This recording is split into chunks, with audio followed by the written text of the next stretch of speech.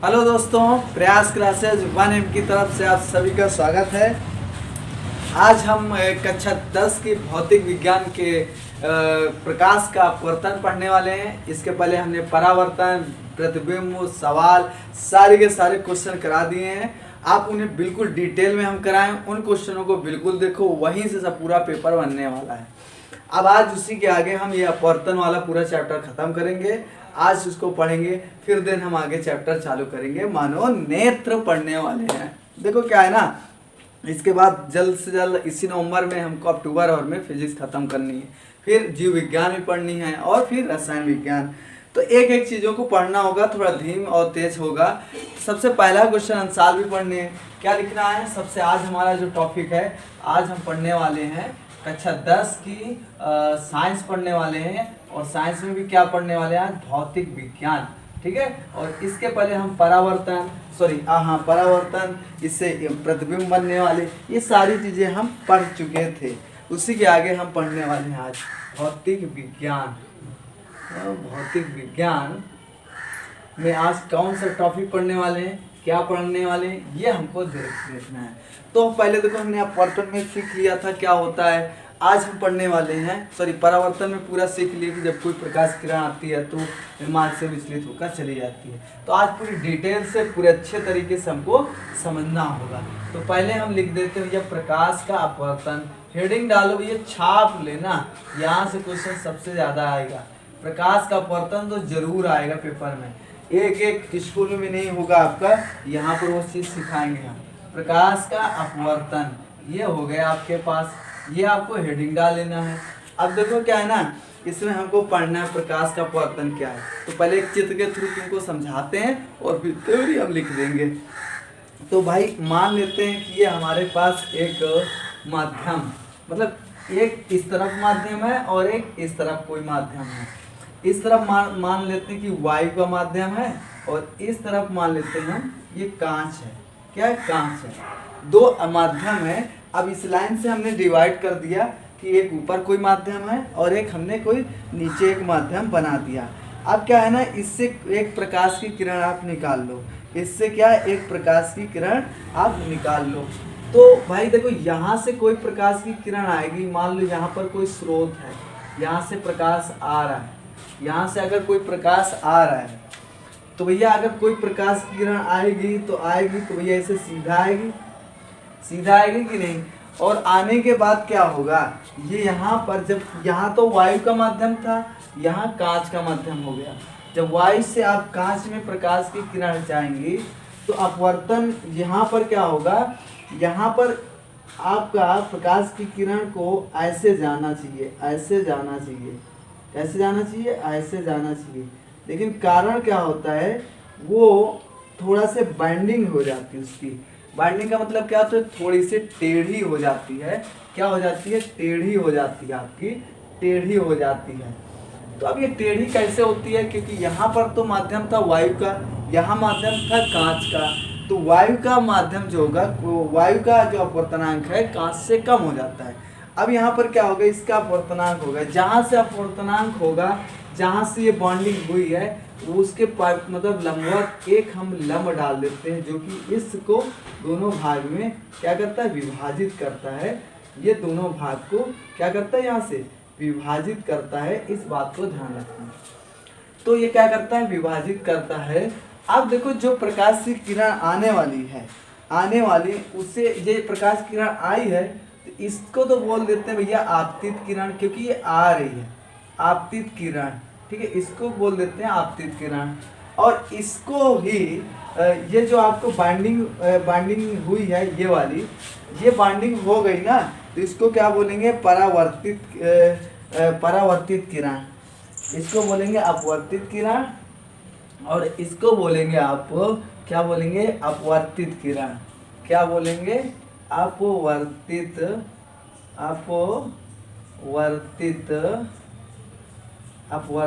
किरण, ये बोलेंगे आप। इसे बोलेंगे आपतित किरण, इसको बोलेंगे अपवर्तित किरण, यानी परावर्तित इससे बोल सकते हो। अब देखो क्या है ना, आप एकदम सिंपल से याद रखना प्रकाश के अपवर्तन में, जब कोई प्रकाश एक माध्यम, ये इसको मान लो माध्यम 1, ये आपका एयर का कोई माध्यम है, ये आपके पास एयर का माध्यम है और ये आपके पास कांच का माध्यम है। ठीक है, तो ध्यान रखना है आपको। इस मान लो ये माध्यम को मान लेते हैं, ये माध्यम कौन सा है, इसको नाम देते हैं माध्यम 1 और इसका नाम दे देते हैं माध्यम 2। तो माध्यम 2 और माध्यम 1 देखना है। तो क्या हुआ, यहाँ पर देखो माध्यम 1 हो गया और माध्यम 2 हो गया। ये क्या है, ये प्रकाश का स्रोत है। जब कोई प्रकाश की किरण, जब कोई भी प्रकाश की किरण मान लो आ रही है, जब कोई भी प्रकाश की किरण एक माध्यम, मान लीजिए माध्यम 1 है, जब मान लीजिए कि माध्यम क्या 1 है, 1 मतलब वायु, तो जब कोई प्रकाश की किरण एक माध्यम से चलती है और चलने के बाद दूसरे माध्यम में जाती है, तो वो क्या होती है, अविलंब मतलब अपने मार्ग से क्या हो जाती है, विचलित, क्योंकि उसको जाना चाहिए ऐसे जाना चाहिए ना, ऐसे जाना चाहिए, लेकिन क्या हुआ, बीच में माध्यम होने के कारण टेढ़ी हो गई, बाइंडिंग हो गई। तो कहने का मतलब जब कोई प्रकाश की किरण एक माध्यम से दूसरे माध्यम में जाती हैं तो वो अपने मार्ग से विचलित हो जाती है। इसी पॉइंट को बोलते हैं क्या, प्रकाश का अपवर्तन। तो ज़्यादा ध्यान नहीं, क्योंकि प्रकाश एक सीधी रेखा में चलता है, परंतु यह क्या होता है, एक पारदर्शी माध्यम से दूसरे पारदर्शी माध्यम में जाता है तो अपने मार्ग से क्या हो जाता है, विचलित हो जाता है। प्रकाश की किरण एक माध्यम से दूसरे माध्यम में जाने पर अपने मार्ग से जो विचलित होती है उससे ही प्रकाश का अपवर्तन कहते हैं। तो इस बात को ध्यान रखना है आपको कि क्या है क्या नहीं है। तो आप इसमें यही लिखना है, कुछ भी नहीं लिखना है कि जब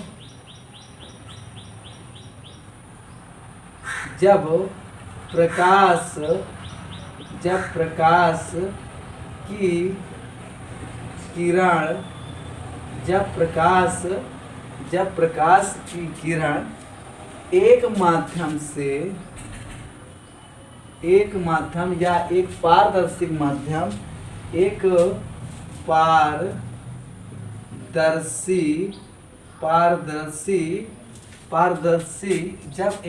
जब प्रकाश की किरण एक पारदर्शिक माध्यम से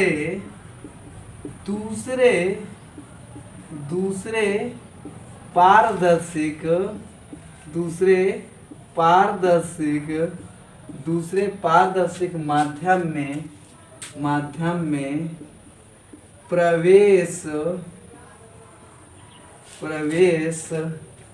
करता है तो वह अपने मार्ग से विचलित हो जाता है।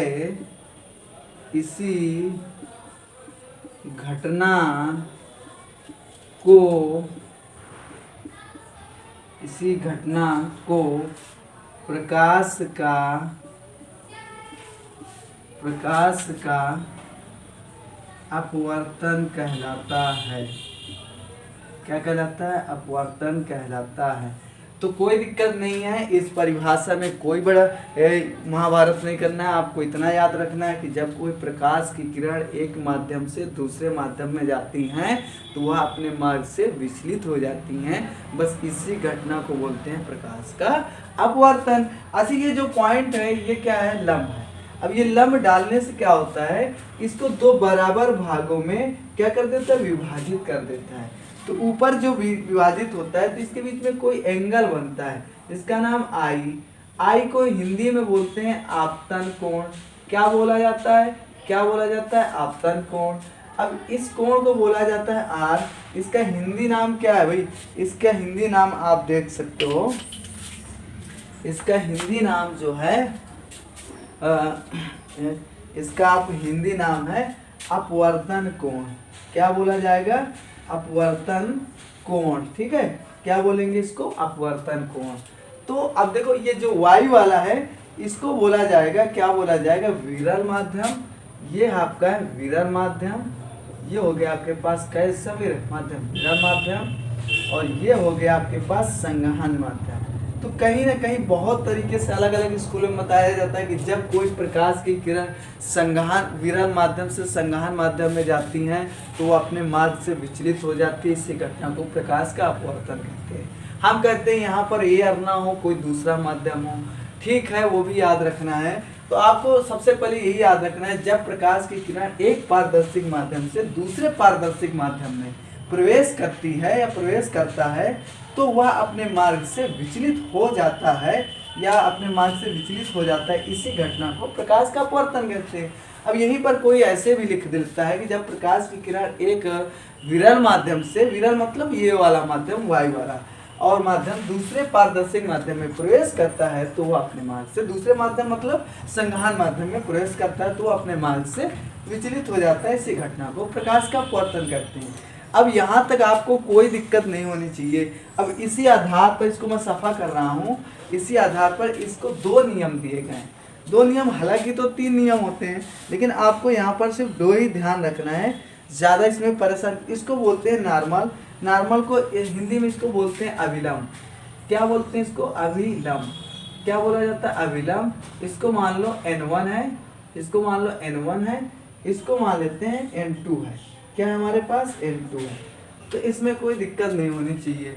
अब देखो, इसको हटाकर मैं दूसरा इसके तो मतलब जो नियम है उनको पढ़ने वाला हूँ। 2 नियम क्या है देखो, उनको पढ़ेंगे। तो 3 नियम है, लेकिन आपको यहाँ सिर्फ 2 ही नियम को ध्यान रखना है। कुछ नहीं, आप हेडिंग डाल के लिख सकते हो कि अपवर्तन के कितने नियम होते हैं। 2 यहाँ से क्वेश्चन पूछता है, तो प्रथम लॉ की बात करें या प्रथम नियम की बात करें तो आपको एक बार चित्र में नज़र डाल लेना है और चित्र की तरफ थोड़ा बिल्कुल आराम से देखना है। क्या देखना है कि आपको कहीं आपतित किरण दिखती है और कहीं आपको अपवर्तित किरण दिखती है और आपतन बिंदु दिखाया नहीं। ये सब कहाँ पर है? एक देखो, ये हो गया आपके पास आपतित किरण, ठीक है, इसको क्या बोलेंगे? आपतित किरण। इसको क्या बोलेंगे? अपवर्तित किरण। और इसको क्या बोलेंगे? आपतन कोण। ये कहाँ पर है? देखो, ये आपतित किरण है, ये अपवर्तित किरण है, ये आपतन कहीं ना कहीं यहाँ पर काट रहे हैं। तो हम यहाँ पर लिख सकते हैं, क्या लिख सकते हैं? आपतित किरण, आपतित है थोड़ा से, ठीक है, आपतित किरण, आपतित किरण और अपवर्तित किरण। अपवर्तित किरण कहाँ भी? ये हो गया आपके पास अपवर्तित किरण। ये हमने लिख दिया क्या? अपवर्तित किरण।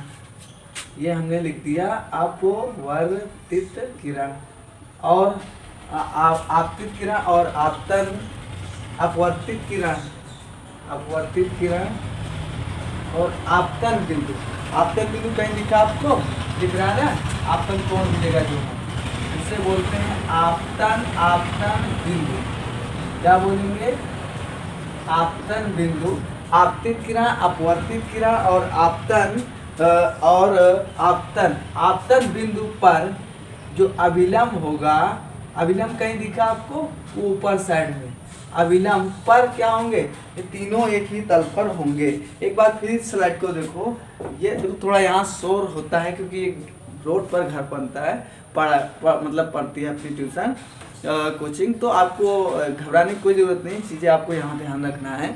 इसके लिए आप क्षमा करना। आपको ध्यान रखना है कि हम ये बता रहे हैं कि जो आपतित किरण है और जो अपवर्तित किरण है और जो आपतन है, कौन आपतन बिंदु है, आपतन बिंदु यहाँ का, ठीक है, ये क्या है? एक अभिलंब पर पड़ते हैं। तो यहाँ पर आपको कुछ अलग से याद करने की जरूरत नहीं, सिर्फ चित्र को देखो, चित्र पर याद रखना। आपतित किरण और अपवर्तित किरण और आपतन बिंदु पर जो आपतन बिंदु पर अभिलंब जो है, अभिलंब तीनों की बात करें, 3 हो गए ना, तीनों एक ही तल पर होते हैं। कितने? एक ही तल पर होते हैं। तो बस आपको कुछ इसमें याद रखना नहीं है। आपको पहले देखो हमने ये बताया कि जब कोई प्रकाश की किरण आएगी, जब कोई प्रकाश की किरण एक पारदर्शिक माध्यम से चलकर दूसरे पारदर्शिक माध्यम में प्रवेश करती है तो वो अपने मार्ग से विचलित हो जाती है। ये देखो, ये प्रकाश की किरण है, मान लो कोई, ये प्रकाश की किरण है, एक पारदर्शिक माध्यम, ये माध्यम हो गया पारदर्शिक 1, तो जब कोई प्रकाश की किरण एक पारदर्शी माध्यम से दूसरे पारदर्शी माध्यम में एंटर करती है तो वो क्या होगी, अपने मार्ग से विचलित होगी, उसे बोलते हैं प्रकाश का अपवर्तन। तो जो आ रही है उसका नाम बता दिया हमने आपतित किरण, जो गई है वो अपवर्तित किरण। और कहाँ पर मिलती है, आपतन बिंदु पर। और मतलब कहाँ पर बाइंडिंग होती है, आपतन बिंदु पर। अविलंब, इस पर एक लंब नॉर्मल डाला जाता है जिसका नाम है अविलंब। तीनों एक ही तल पर होते हैं। अब जो दूसरा ला है, दूसरे ला को थोड़ा ध्यान रखना है। दूसरा ला से क्वेश्चन बहुत आते हैं, दूसरे नियम से बहुत क्वेश्चन आते हैं, इसको ध्यान रखना है। इसमें लिखना है किन्हीं दो माध्यमों,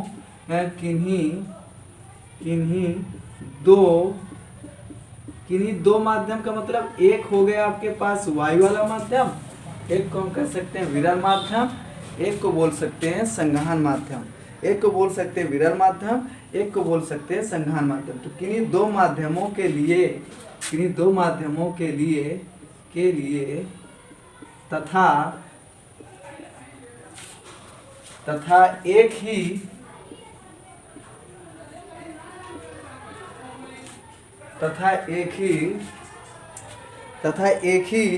रंग प्रकाश के लिए, ये किन्हीं दो माध्यमों के लिए तथा किन्हीं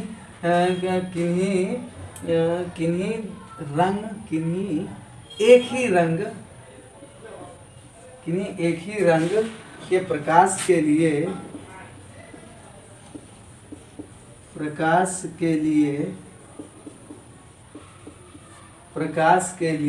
आपतन कोण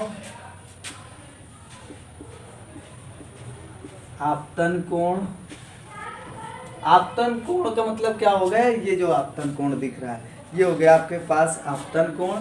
आपतन कोण की जा को हिंदी में बोलते, मतलब हिंदी बोलते हैं, इंग्लिश में साइन पढ़ सकते हो, साइन, ठीक है। तथा अपवर्तन कोण, ये आपका हो गया अपवर्तन कोण। तथा अपवर्तन कोण की जा। अच्छा, यहाँ पर इस जा का मतलब क्या हुआ, जा का मतलब हो गया साइन, ठीक है। और तथा आपतन कोण मतलब जा, ये भी किसके बराबर होगा, साइन। यहाँ पर हम लिख सकते हैं साइन, ठीक है। लेकिन यहाँ पर समझने वाली बात ही क्या कह सकते हैं, अनुपात। क्या होगा, अनुपात नियतांक होगा। नियतांक का मतलब होता है कांस्टेंट होगा, नियतांक होगा। तो बिल्कुल सरल है, आपको कुछ भी नहीं देगा, ये लाइन को तो आपको बिल्कुल स्किप कर देना है, कुछ खास नहीं है। आपको यही रखना है कि नहीं दो माध्यम की तो हुई बात है, तो आपको ये याद रखना है आपतन कोण का जा तथा अपवर्तन कोण का जा, ठीक है। आपतन कोण यानी इस वाले कोण का क्या कह सकते हैं, जा, और इस वाले कोण का अपवर्तन का जा, अनुपात जो होगा क्या होगा, एक नियतांक होगा। तो याद रखना है आपतन कोण की जा तथा अपवर्तन कोण की जा का जो रेशियो होगा, जो अनुपात होगा, वही क्या कहलाएगा, वही आपका क्या कहलाएगा, आप नियतांक कहलाएगा। तो देखो दोनों नियम को एक बार फिर से रिपीट करते हैं। पहला क्या था, पहला आपको याद रखना है जो आपकी अपवर्तित किरण है, जो आपतित किरण है, क्या है आपतित किरण, और जो अपवर्तित किरण है, और जो आपका आपतन बिंदु है, और तथा जो अविलंब पर, ये सब एक ही तल में होते हैं। दूसरा क्या बोलता है कि जो आपतन कोण की जा तथा अपवर्तन कोण की जा के अनुपात क्या होता है, एक नियतांक होता है।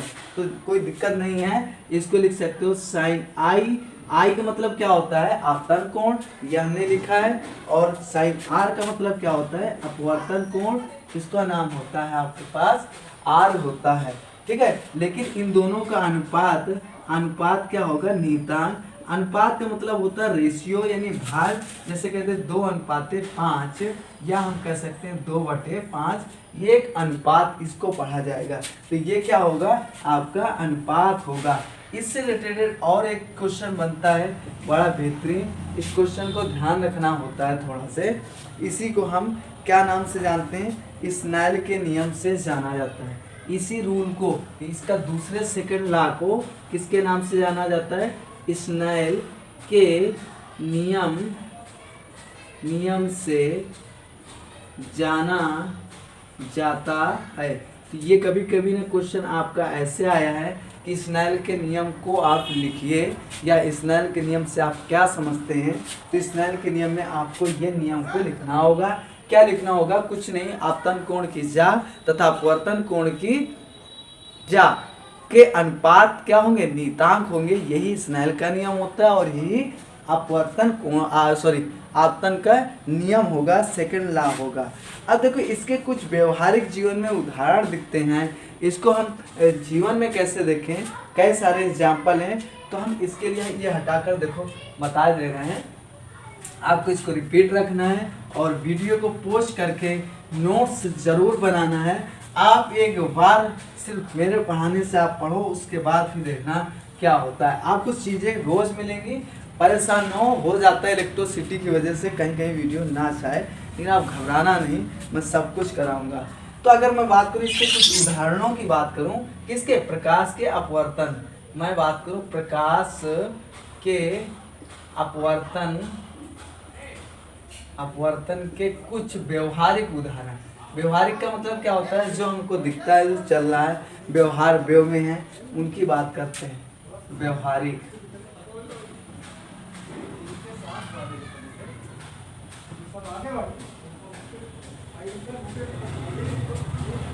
प्रकाश के अपवर्तन के कुछ व्यवहारिक उदाहरण क्या है ना? प्रकाश के अपवर्तन के कुछ व्यवहारिक उदाहरण। अब नंबर 1 पर बात करते हैं।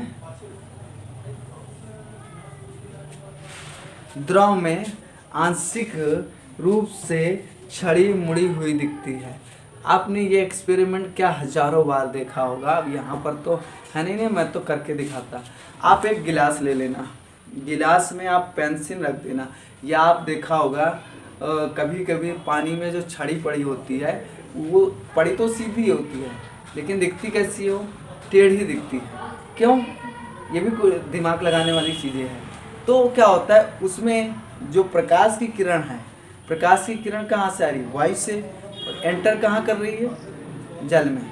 तो उसका तो अपवर्तनांक होगा, मतलब जो जाना चाहिए प्रकाश किरण आगे, वो थोड़ा सा पहले ही झुक जाती है।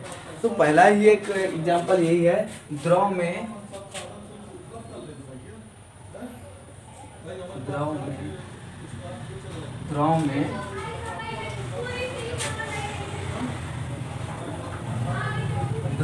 अशांत डूबी हुई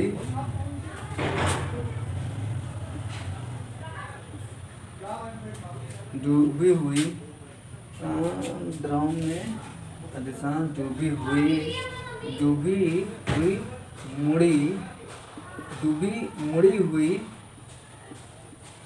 मुड़ी हुई दिखाई देती है।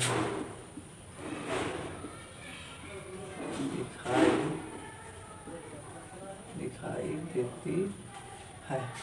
ये पहला एग्जाम्पल आप देख सकते हो कि मान लीजिए कोई पानी है, पानी के बर्तन में अगर कोई आपकी एक डंडिया छड़ पड़ी हुई है तो वो थोड़ा सा टेढ़ी दिखती है, जैसे इमेज में देख रहा है आपको।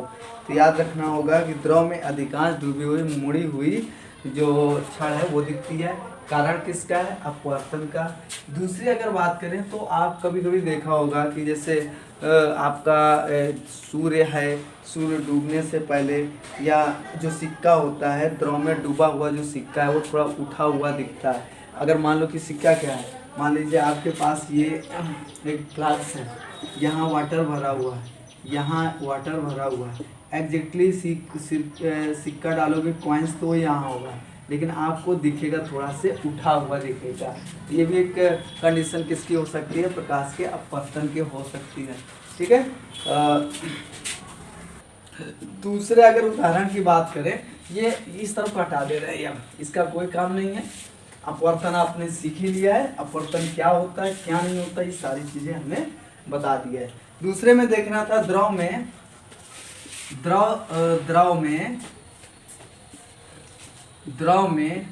डूबा हुआ आपने कभी सिक्का देखा है किसी द्रव में? यानी पानी में आप सिक्का देखो पड़ा हुआ में, तो ऊपर थोड़ा सिक्का उठा हुआ दिखता है ना। जैसे जो जमीन से लैंड से, मान लो कि यहाँ पर है, ये आपके पास एक बर्तन है और इस बर्तन में पानी भरा हुआ है, तो सिक्का आपको बाहर से देखोगे, यहाँ से जब वेव से देखोगे तो यहाँ से जब देखोगे तो सिक्का यहाँ वो एग्जैक्टली होता तो यहाँ सिक्का है, लेकिन आपको उठा हुआ ऊपर दिखेगा, थोड़ा से ऊपर क्या होगा, उठा हुआ दिखेगा। ये भी किसका वजह होता है, प्रकाश के अपवर्तन की। तो ये भी आप दैनिक जीवन में उदाहरण देखते हैं, द्रव में डूबा हुआ द्रव में डूबा हुआ सिक्का, कॉइन जो है, सिक्का ऊपर क्या होता है, उठा हुआ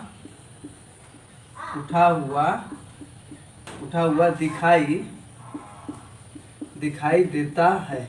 क्या होता है, दिखाई देता है। तो ये एक एग्जाम्पल आपने व्यवहारिक जीवन में देखा होगा। एक तो हमेशा देखा होगा, रात में तारा क्यों टिमटिमाते हैं, ये भी यही का एग्जाम्पल है। तो क्वेश्चन यहाँ से आता है, ये बताओ, द्रव में डूबा हुआ सिक्का ऊपर उठा हुआ दिखाई देता है, क्यों, किसके कारण, प्रकाश के अपवर्तन के कारण। रात्रि में जो तारा है, रात में जो सितारे होते हैं, तारे होते हैं, वो कैसे दिखते हैं आपको, चमचमाते हुए कि टिमटिमाते हुए? तो आपको टिमटिमाता हुआ दिखाई देता है। क्या होता है, टिमटिमाता हुआ, टिमटिमाना,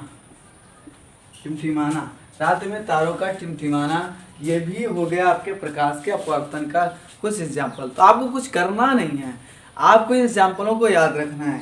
इसमें देखो क्या होता है कि ताप परिवर्तन में क्या होता है, इसमें रात्रि में तो पृथ्वी के समीप जो एयर होती है वो मतलब क्या होती है, पृथ्वी के समीप दिन में तो गर्म हो जाती है, ठीक है। वायुमंडल क्या होता है आपका, वायुमंडल आपका दिन के समय टेम्परेचर में रहता है, ऊपर आपका ठंड होता है, सॉरी ऊपर भी गर्म है और नीचे ठंड डाल देता है, नीचे गर्मी रहती है। लेकिन क्या होता है कि जब रात होती है तो ऊपर तो अभी वही टेम्परेचर होता है और नीचे आपका वही थोड़ा सा ठंडा आ जाती है, ठंडा कहा जाता है। तो हीट क्या होती है, हीट जो होती है वो लो लेवल से हाई लेवल, मतलब कम उष्मी से हाई उष्मी की तरफ फ्लो होती है। कहने का मतलब जो आपका उष्मा की मात्रा होगी, जैसे एक तरफ हाई लेवल है तो उसकी उष्मा किसी लो लेवल की ओर जाएगी, तो जो इसकी हीट होती है वो ऊपर से जाने लगती है। तो हमको ऐसा प्रतीत होता है कि जो एक्टिव तारे हैं वो हमें ऊपर नीचे दिखाई देते हैं, चिमचिमाते हैं, इनके फर्क पड़ता है, ऐसा दिखाई देता है। एक तो बहुत आराम से एग्जाम्पल समझा होगा, सूर्य उगने से पहले और सूर्य डूबने के बाद लाल क्यों दिखाई देता है, तो ये भी प्रकाश का अपवर्तन का ही कारण है। तो ठीक है, इनको याद रखना है। सूर्योदय का मतलब होता है सूर्य उगने से पहले, और सूर्योदय मतलब होता है सूर्य का उगना, एवं सूर्यास्त। क्या होता है यहाँ पर से, सूर्योदय एवं सूर्यास्त के समय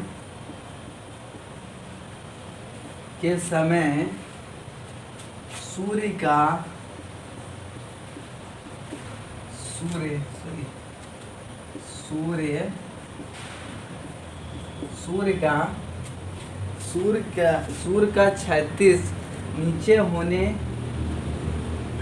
क्षैतिज के नीचे होने पर भी दिखाई देना। क्षैतिज के नीचे मतलब नीचे भी ऊपर भी लाल होना दिखाई देना। सूर्य तथा तारे अपने वास्तविक स्थिति से ऊंचाई से दिखाई देना। मतलब क्या होता है, हमें जैसे देखें तो ऊपर नीचे हमें दिखता है। तो सूर्यास्त एवं सूर्योदय के समय सूर्य का लाल, या हम कहते हैं क्षैतिज में दिखाना, यानी सामने ही दिखाना। सूर्य का क्षैतिज मतलब होता है सामने, एकदम फ्रंट पर, ठीक है। तो उसका मतलब क्षैतिज के नीचे होने पर भी हमें दिखाई देता है, यानी सामने भी हमें दिखाई देता है लाल, ठीक है। ललछई लास्ट में होता है। तो ऐसे कई सारे एग्जाम्पल हैं जो प्रकाश के अपवर्तनांक के हैं। तो आपको कुछ ही याद रखना है। एक तो आपको द्रव में डूबी हुई छड़ी, आप पेंशन देखा होगा तो वो आपको मतलब होती सीधी लेकिन दिखेगी आपको टेढ़ी। दूसरा आपको सिक्का दिखेगा थोड़ा सा एग्जैक्टली से ऊपर उठा हुआ। आपको रात में जो तारा होगा टिमटिमाता दिखाई देगा। सूर्य के समय सूर्य का ऊपर या क्षैतिज दिखाई देना। तो ये काफ़ी सारे आपके एग्जाम्पल होते हैं। तो अब ये आपका प्रकाश का अपवर्तन खत्म हुआ। अब आगे हम पढ़ने वाले हैं प्रकाश का अपवर्तनांक। अपवर्तनांक भी कुछ नहीं होता, आपको ध्यान रखना है कि जो आपको स्नेल का नियम पढ़ा है वही प्रकाश का अपवर्तनांक होता है। थोड़ा ध्यान रखने वाली बात है, जब प्रकाश का अपवर्तनांक वायु से किसी अन्य, जब प्रकाश का अपवर्तनांक वायु से किसी अन्य माध्यम में होता है तथा आपतन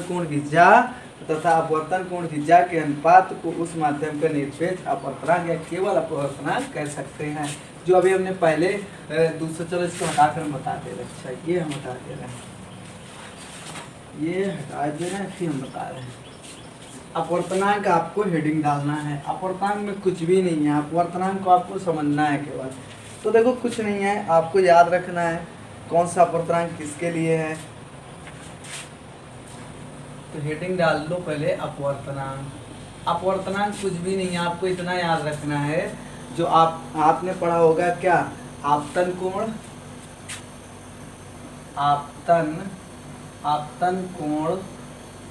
आपतन कोण की जा बोले तो साइन तथा अपवर्तन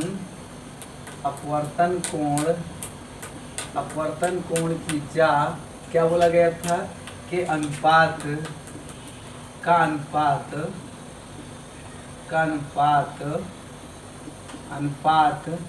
क्या होगा, का अनुपात एक नियतांक होगा,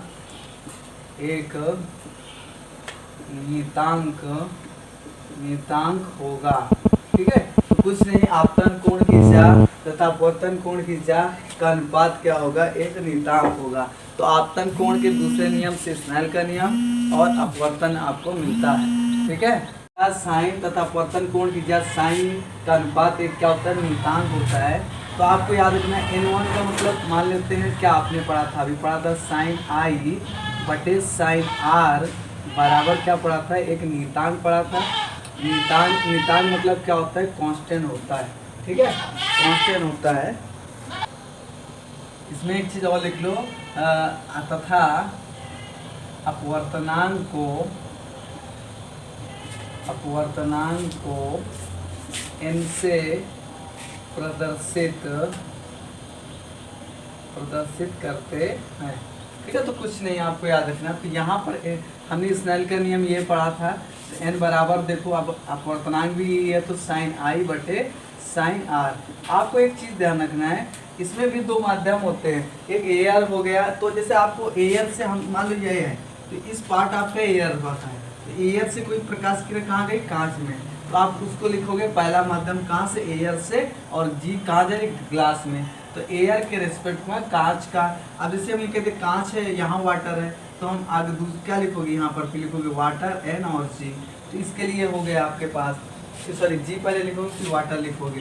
तो कहने का मतलब पहले प्रकाश की किरण कहाँ गई और फिर कहाँ जा रही, तो पहले के रिस्पेक्ट पर दूसरा अपवर्तनांक आपको देखना होता है। तो ये फार्मूले हो गए। वाटर के सापेक्ष अगर कांच के सापेक्ष किसका देखना, वाटर का, तो यहाँ पर आप जी लिखोगे पहले और फिर जिसके रिस्पेक्ट पर मान ही होगा साइन आई बटे क्या होगा आपके पास, साइन आर। अब उसके बाद देखो इसमें आपको कुछ बात ये याद रखना है कि किन बातों पर निर्भर रखता है अपवर्तनांक, ये बहुत इंपॉर्टेंट है।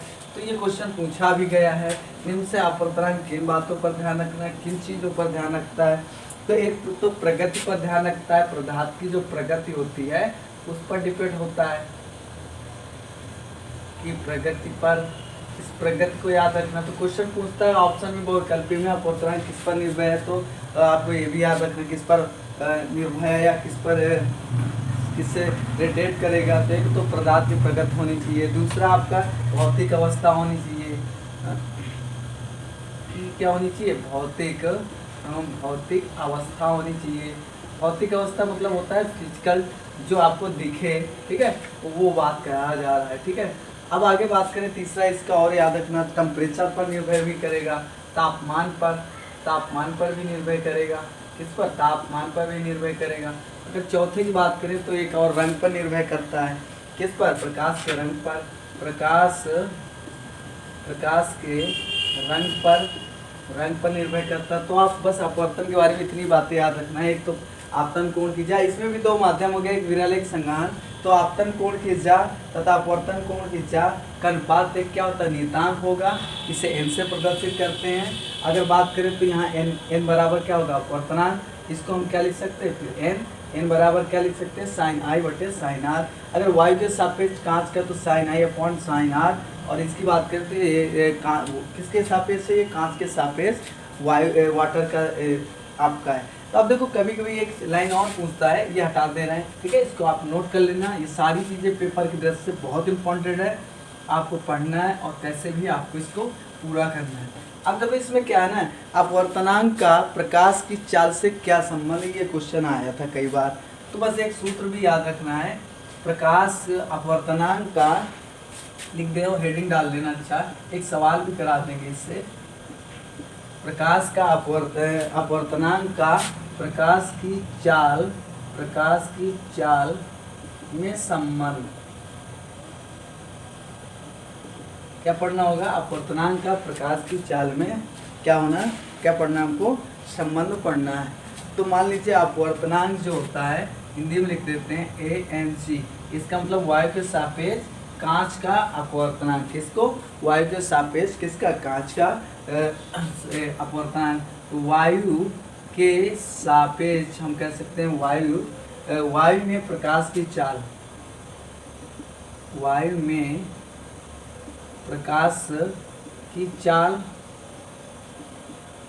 बटे जी, क्या मतलब क्या हुआ, कांच में प्रकाश की चाल, कांच में प्रकाश की चाल।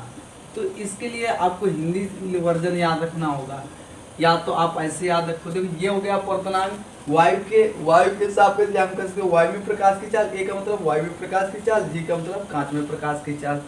अगर बात करें इसको तो ऐसे लिख सकते हो ANG, यानी वायु के सापेक्ष कांच का अपवर्तनांक, वायु में प्रकाश की चाल को C से प्रदर्शित करते हैं, और ये भी जो माध्यम होगा वो आपको याद रखना है। अब देखो इसको मान लेते हैं V, ये हो गया कांच के और ये हो गया वायु में प्रकाश की चाल।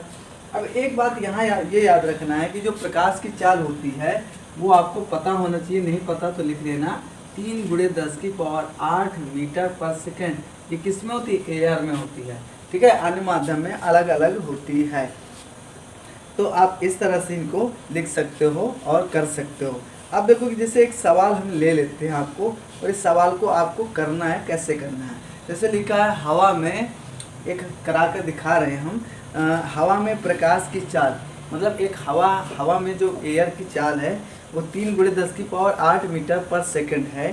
कह रहा है हवा के सापेक्ष पानी का अपवर्तनांक 4/3 है, पानी में प्रकाश की चाल निकालो। तो कुछ भी नहीं, बहुत ध्यान समझना है, इस तरफ का मिटा कर मैं समझा रहा हूँ, क्वेश्चन को बड़े अच्छे समझना, और एक क्वेश्चन तो बिल्कुल आगे इससे आपको ये दिखा है कि हवा में प्रकाश की चाल 3 × 10⁸ मीटर पर सेकंड। अगर यहाँ बात करें तो यहाँ लिखा वायु में प्रकाश की चाल, वायु में प्रकाश की चाल का मतलब क्या हुआ, इस वायु में हवा में प्रकाश की चाल की बात कर रहा है। तो हवा में प्रकाश की चाल मतलब C की बात कर लें, इसको किससे प्रदर्शित करते हैं, C से। तो C बराबर हम क्या लिख सकते हैं, 3 × 10⁸ मीटर पर सेकंड। फिर आगे क्वेश्चन में फिर बड़ा हो गया, तो लिखा है भैया हवा के सापेक्ष, ये हवा हो गया, मान लो कोई भी माध्यम दे देता है यहाँ पर, तो हवा के सापेक्ष पानी का, तो ये लिख लिया हमने हवा के सापेक्ष किसका, पानी का, वाटर का, हवा के सापेक्ष पानी का अपवर्तनांक 4/3 दिए, कितना, 4/3। अब क्वेश्चन में पूछ रहा है भैया पानी में प्रकाश की चाल, यानी यहाँ पर कांच लिखा है तो वहाँ पर कांच की जगह बदल देना आपको, पानी में प्रकाश की चाल, उसको मान लेते हैं V बराबर क्वेश्चन मार्क। तो आपको फार्मूला कैसे लिखना होगा, ANW बराबर C बटा क्या लिखोगे, V। अब देखो इसमें किसके मान दिए, इसका मान दिए 4/3, तो यहाँ पर लिख लो 4/3। C का मान लिखा 3 × 10⁸ बटे क्या हो जाएगा V, इसका गुणा इधर और इसका गुणा इधर, इसमें गुणा करोगे 4 × V, 3 का 3 में गुणा करोगे 9 × 10⁸ कितना होगा 8, गुणा में उधर भाग करोगे, गुणा में उधर जाए कितना होगा भाग में, 10⁸ कितना हो जाएगा 8, या तो इसको भाग करा लो, अब भाग कराओगे तो ये आएगा समथिंग 2 को 8, 2 पंचे 2, 2 से ठीक है, 2 पंचे 10 ठीक हो गया, 2.4 2.2, और आपके पास आगे क्या 10⁸ मीटर पर सेकंड, ये आपका आंसर होगा। तो इस तरह से ये आपका अपवर्तनांक हमने पढ़ा दिया। सारी चीज़ें हमने पढ़ ली हैं अच्छे तरीके से। अगर कोई दिक्कत कोई परेशानी तो आप कमेंट सेक्शन पर लिख सकते हो। अब देखो आगे नेक्स्ट वीडियो पर आपको मिलेंगे लेंस, लेंस किसे कहते हैं, लेंस से बनने वाले प्रतिबिंब, लेंस से रिलेटेड सवाल, ये सारे क्वेश्चन हम करने वाले हैं। तो आज के लिए सिर्फ इतना ही रखो, ठीक है दोस्तों, और इसके बाद फिर हम पढ़ने वाले हैं। लेकिन वीडियो अच्छा लगे तो चैनल को सब्सक्राइब, कमेंट्स सब कुछ करना ना भूलो और सबके पास भेजो।